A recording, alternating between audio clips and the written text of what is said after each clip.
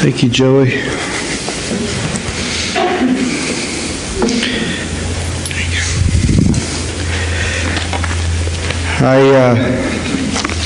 I appreciate every week those that get up here and lead us in worship and sort of prepare our hearts for the Holy Spirit to work. And so I appreciate all those every week that are involved in that. Can I just be sort of transparent at the beginning of the message today, if that's all right with you guys? Have you ever had God just sort of wreck your life? And I want to explain that because what I'm talking about is, I'm going to talk about physically, like a bad situation happened, or financially an unexpected bill came up. I'm just talking about like spiritually, just sort of wrecked your life spiritually. And I don't mean wrecked in a negative sense, but I mean sort of turned your spiritual life upside down. Maybe you've read a verse 100 times, but all of a sudden that day, God showed you something that you've never seen before when you read that verse. And maybe God spoke to you in a way that He hasn't spoken to you in a long time. We just sang a song asking the Holy Spirit to come here. Joey just prayed that the Holy Spirit would come here. Well, can I tell you something? When the Holy Spirit comes here, He doesn't just sit in a chair. When He comes, He wants to move in and out of the aisles. He wants to search our hearts. He wants to help us, encourage us, move us along a spiritual path. He doesn't show up just to sit over in the corner and go, oh, that was sweet. He comes to do work when He comes. And so we just sang a song, so I hope you guys are buckled up, because the Holy Spirit may just sort of go in and out of the aisles this morning. But this week, God has sort of turned my sort of spiritual life upside down, in a sense. When I left last week, I told Monica and a couple other people that was the worst message I've ever preached. That's what I told her. And I felt that way.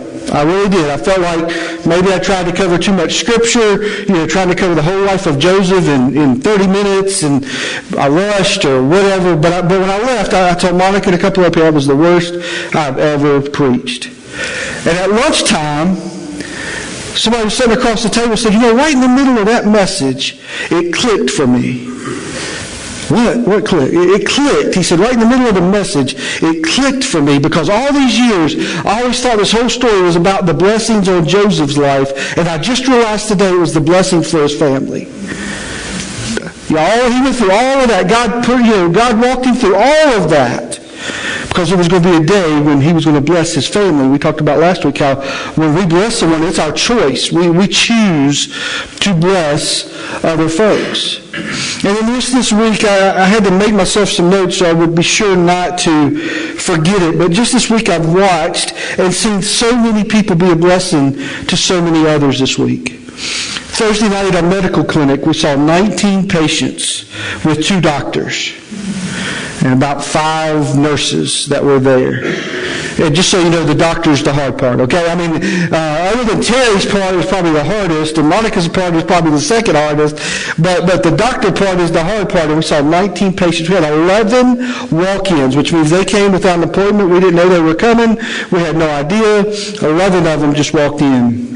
And 9 of those were first-time patients, which means they take a little longer to see, because you don't know their medical history. You don't know all the details. You don't know everything, all the pieces of the puzzle that you've got to put together. And so I sat there and watched Thursday night all of our receptionists and nurses and doctors and checkout people and food people serve a bunch of folks. One lady was leaving, one of our last patients. And she was talking about, I'll be at church Sunday, and she's not here, and that's okay. I'm hoping she's somewhere else, actually, because when she left, she said, I had to leave my boyfriend because he was being violent. And I said, really? So where are you staying? She said, I'm sleeping in my car. That's a real thing. I don't know if we really realize how real a thing that is. She said, I'm sleeping in my car. So I referred her to Family Promise, which I'm hoping that's where she's at today. I'm hoping she's made that contact. But I just watched people bless people Thursday night. It sort of I'd had a week of that, of watching that. I don't know how many of you took the challenge last week. I challenged you to bless 7 people this week, and I don't know how many of you did that. I tried to do that. I think I ended up at 6 people that I sort of felt like I was blessing this week, and there was something about that. It's just sort of like God was sort of, I know this. I've preached it before, but for some reason, it's different this time. And I don't really know exactly why. Last night late, I'm looking on Facebook, and I see pictures of those of you that went up with Locke to Macon, and then to my surprise, I see that FCA went up and helped them yesterday. And I look there, and I see Joey, and I see Matt, and some other folks that maybe I know, and maybe you too as well. I'm like, wow, that wasn't with the church. That was the FCA, their school, their community, reaching out to others up in Macon. And so when we talk about this blessed life, we're talking about the idea that we have been blessed to be a blessing. I look around this room, and I know most of you, and I know a lot of your story, maybe even not all of your stories, but I know a lot of it, and I can say that for the most part, all of us in this room, yes, we've had tough times, and yes, we've had trials, and yes, we've had tough situations, we've had bad doctor's reports, we've had struggles, we've had heartbreak, we've had all of that, but by and large, I can say that all of us probably in this room today are blessed. And God has blessed us to be a blessing. God has not blessed us. I used this phrase the other day. I thought, man, that was pretty cool. I should put that on a t-shirt. But God has not blessed us to become a fat cat with a stack. Y'all know what that is? Right? I mean, He has not blessed us just so our wallet can keep getting bigger and bigger and bigger. He's not blessed us just so that we can go out and buy the new toy and buy the new thing that we want to buy. He's not blessed us. And then I watch it all the time. I don't know what I did as a minister before Facebook. Because before Facebook, I had no idea what anybody was doing in their lives. But now I can watch and people go out and buy $5,000 RTVs. And this one particular young couple, I love them to death. They're not part of this church. Don't be looking around. Well, did they get one? They didn't ask me to come. They're not part of this church, but they were part of my youth group growing up. And I actually had the privilege a couple years ago to marry them. And they live, I think it's Savannah. But they always post that he is into toys. I mean, he buys a new gun, he buys a new RTV, he buys a new thing and doctors it up and does all this. And I can remember their premarital counselor, their number one concern was, we're not going to make enough money. That was and in my counseling, when I went to them, I looked at their money, I said, you guys don't have a money issue, you have a want issue. And the reason I knew that because my family of 4 with 2 teenage boys make a lot less than they did, but we don't have RTVs and we don't have a brand new gun and they want toys. But God has blessed us, whether it's financially, whether it's with talents, whether it's opportunities. God has blessed us to be the conduit for Him to bless others. And that's been the whole goal of this 3-week series. I know it's a short series, but that's been the whole goal of this series, is that when we get done with this, we realize individually, at school, at FCA, up in Macon, in Warner Robins, wherever we're at, wherever we go, we realize individually and corporately as a church, family, that God has blessed us to be a blessing. That's enough transparency for one day.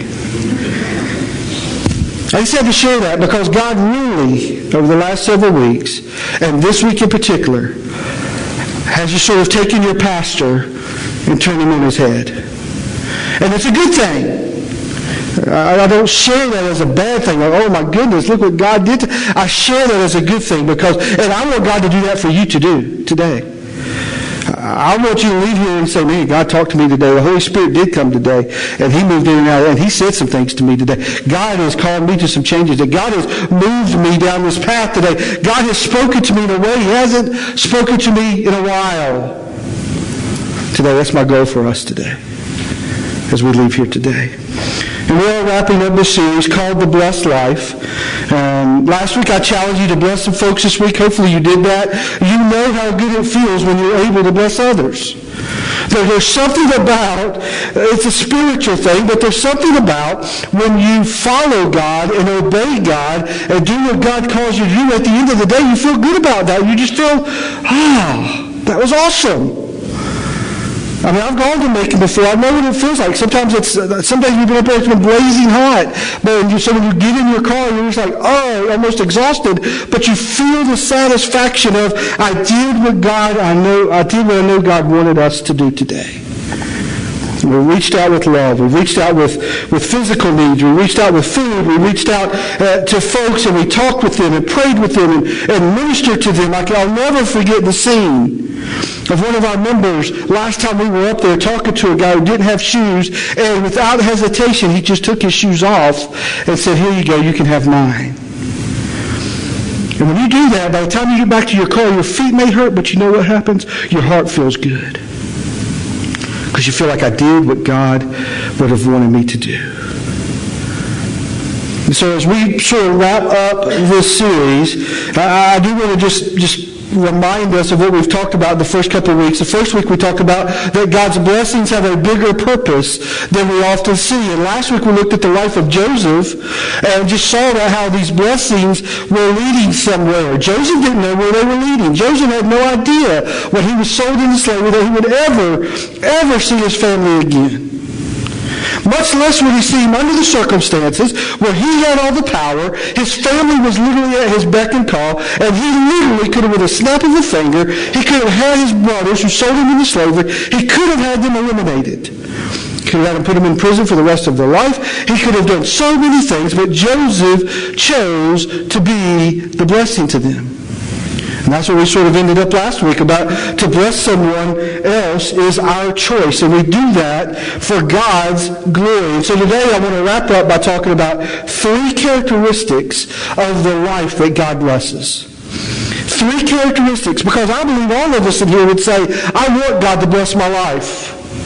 Man, if it's taking my talent and giving me an opportunity, a window, a door to use that talent, if it's just helping me with my finances, to bless that, if it's time, if it's family, if it's a relationship, I think all of us in here want God to bless us. So I want to give you 3 characteristics of a life that God blesses. The first one is this: God blesses godly living. He blesses godly living. Now that seems like a no-brainer. But in your heart of hearts, just be honest before God, how many times do we see those that we know are not following God or trusting God or have faith in God, and we see what appear to be blessings in their life? They get the promotion that you didn't get. They get the raise that you didn't get. They get the assignment that you wanted. And we ask ourselves, why? Why not, God? Listen to Proverbs chapter 16. It says, we can make our own plans, but the Lord gives the right answer. People may be pure in their own eyes, but the Lord examines their motives. Commit your actions to the Lord, and your plans will succeed. You know, sometimes we do the right thing for the wrong reason. Sometimes we do the right thing for the wrong reason. Our motive gets off. Sometimes we can do something that our action is totally pure, totally right, but our motive is totally wrong and maybe even sinful. But God blesses the godly life. He blesses those whose motives are pure. Jeremiah 17 says, but blessed are those who trust in the Lord and have made the Lord their hope and confidence. Let me just stop right there. If you want to know the definition of a godly life, it is verse 7. The person who trusts in the Lord. Now, I don't want to spend all of my time on this, but do you trust in the Lord or do you trust in your boss? Do you trust in the Lord or do you trust in your financial advisor? Are you trusting in the Lord or are you trusting in your spouse even? You see, those who trust in the Lord, and it says that have made the Lord their hope and their confidence. In dealing with so many people over so many years, I know so many people who their hope and their confidence is in themselves. Their hope and their confidence is in the material things. Their hope and their confidence are in the things that we've talked about before that are purely temporary versus the things that are eternal and for a lifetime. Continuing on Jeremiah, he said that these people, they are like, in verse 8, they are like trees planted along a riverbank, who with roots that reach deep into the water. Such trees are not bothered by the heat or worried by long months of drought. Their leaves stay green and they never stop producing fruit. Verse 9 says, the human heart is the most deceitful of all things and desperately wicked. Who really knows how bad it is? He says, but I, the Lord, search all hearts and examine secret motives. I give all people their due rewards according to what their actions deserve. He says in verse 10 that he searches all hearts and he examines our secret motives. The people around you may not know your motive, but God knows your motives. And so, as part of living a godly life, we need to always make sure that our actions are pure, but that also that our motives are pure as well. That why we do what we do is blessing God and according to God and along with God's plan for us. Not only does God bless a godly life, but he also blesses godly stewardship. Godly stewardship. You see, the big question that comes into our lives when we talk about stewardship is whose is it? Whose is it anyway? Who owns it? Let's just talk about your house, your home. Who owns your home? I mean, you bought it. You put a contract down on it. You put some earnest money on it. You probably pay somebody every month for the privilege to stay there. You built it. Maybe you painted it. You cleaned it this weekend. Whose house is it? Is it your house or is it God's house? Is it your house and you can do whatever you want to with it? Or is it God's house and he's given it to you and you're going to use it as a steward? How about your job? I mean, you applied, you put in the resume, you went to the interview, you crushed it, you killed it, you got the job you wanted or the promotion you wanted, right? I mean, you're the one that puts in the 40, 50, 60 hours a week. Your name's on the check or the deposit that comes into your account, is it not? But whose is it? Is it yours and I'll just do whatever I want to with it? Or is it God's? See, stewardship is all about ownership. And sometimes we think that it's ours, I own it. But listen to what Psalm 24 says. It says, the earth is the Lord's and everything in it. Everything. You look at that word everything, it's pretty all-inclusive, everything. It says the earth is the Lord's. It says, just so if we're not clear, the world and all its people belong to him.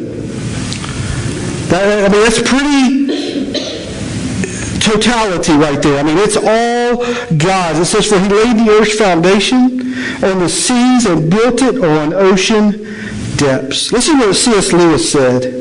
I found this quote this week. I thought it was really powerful. He said, every faculty you have, your power of thinking and of moving of your limbs from moment to moment is given to you by God. If you devoted every moment of your whole life exclusively to his service, you could not give him anything that was not, in a sense, already his. He owns it all. So what has God done? God has given it to us. God has blessed us to be stewards of it on his behalf, to be stewards of it for him. And you and I are blessed. We're blessed. Now, some of you in here, I know some of the young ones, I see Colby and Maggie, and some of you guys are thinking, man, blessed. I get $5 a week allowance. That don't seem like much of a blessing. I can't do much with $5, but can I tell you at your young age, if you learn what to do with $5, when you get 50 and 500 and 5,000, you'll be on the right path. But if you don't do what's right with $5, it'll be a struggle for you later to do what's right with 50 and 500 and 5,000. And if you don't believe me, I'll give you a list of names of people you can go talk to. And they'll say he's right. So whose is it Whose is it? What are we supposed to do with it? We are stewards of it. And God blesses godly stewardship. God blesses it when you handle the dollar that He gives you appropriately. He blesses you. Listen to Luke chapter 12. It says, "And a servant who knows what the master wants, but isn't prepared and doesn't carry out those instructions will be severely punished. But someone who does not know and then does something wrong will be punished only lightly." But get this, when someone has been giving much, much will be required in return.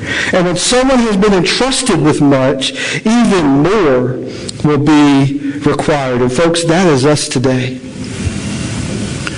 In this world that we live in, outside of Middle Georgia, in this world that we live in, we are by far more blessed than any other country in the world. There's a reason everybody's trying to come here. You don't see a lot of people trying to leave here and go other places. We are blessed. But what does that mean? Stewardship says much is going to be required of us. Much is going to be asked of us. Much is going to be asked in the end of us. What did you do with what I gave you? What did you do with the blessing that I poured out on you? What did you do with the thing that you couldn't have done by yourself except for the fact I blessed you? What did you do with that? What did you do with that talent? What did you do with that ability? What did you do with that giftedness? What did you do? How did you steward that? 1 Peter 4:10 says, "God has given each of you a gift, a spiritual gift, from His great variety of spiritual gifts. Use them well to serve one another." One of the ways that we have godly stewardship is by taking the gifts, talents, and abilities that God has given us and using them for His kingdom and using them for His glory, not just our own. Not just a paycheck or not just something we can make money at, but use it for His thing. Are you using your talents for something that will last a lifetime? Or are you using your talents for something that will last for eternity? Just ask yourself that question this morning. You're all very, very talented people. And there's some people in here that there are things that I would not even attempt without at least first calling you. But are you using those talents just for those things that will last a little lifetime? Or are you using those talents for something that will last for an eternity?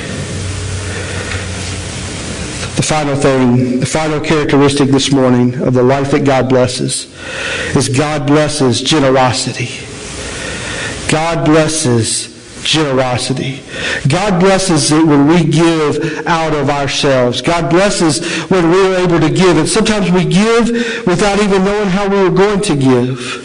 This week, as I tried to bless different people, some things were very, very small. Some things were maybe larger. I'll just share this with you. One of the ways I chose last week, I said, I'm going to bless Austin by giving his dog a bath one night while Austin's at work or at school.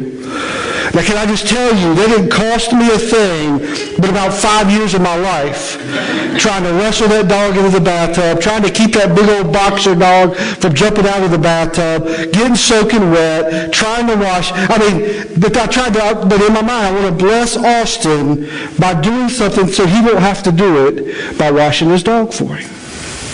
And I did. It didn't cost me anything but some time and some energy and heart medicine or whatever. But I mean, it's just, folks, what are we doing?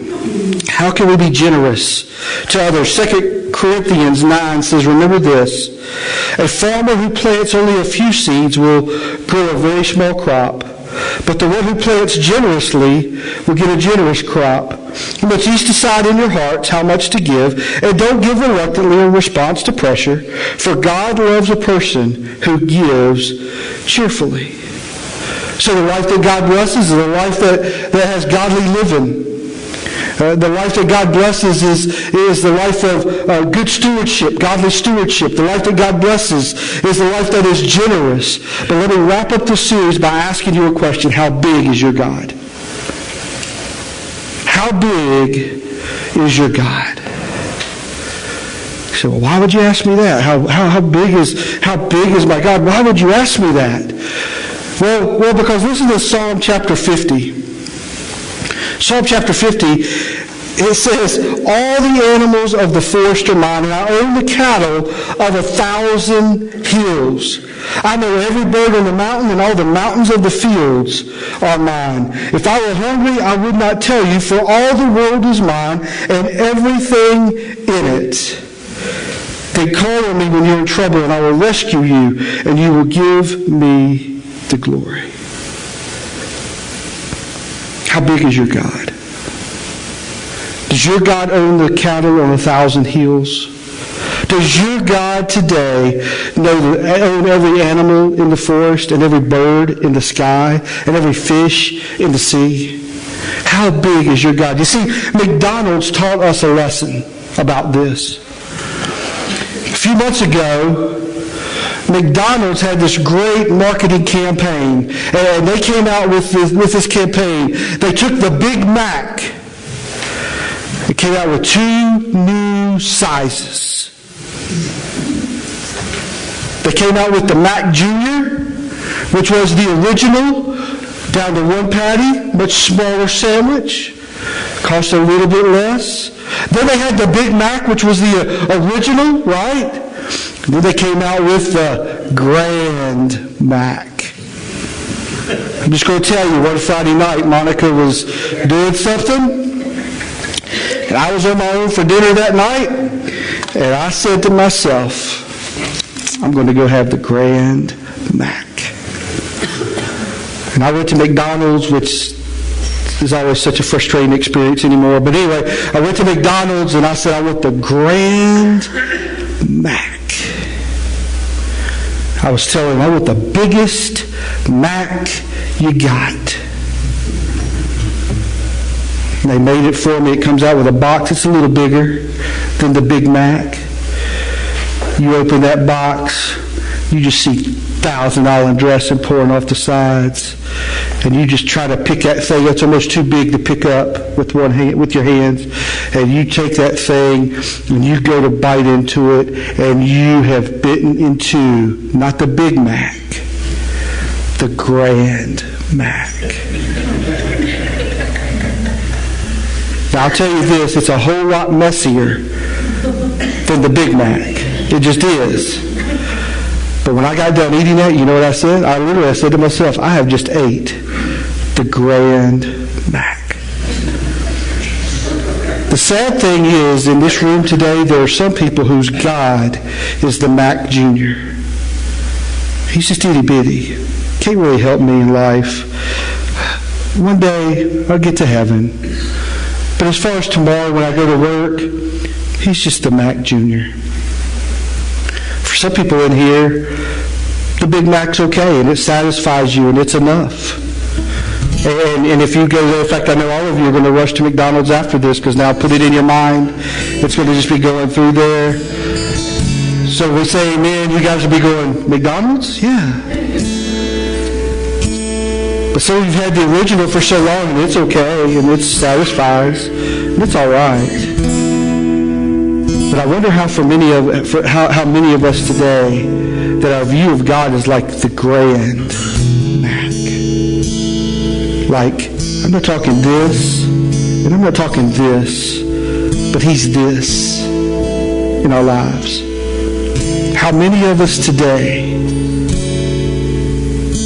the reason our blessings in our life are so small is because our view of our God is so small. How many of us today are living a life well below where God would want us to live? Why? Because our view of him is so small. It's so diminished. We really feel like, someday. I want to tell you today, he owns the cattle on 1,000 hills.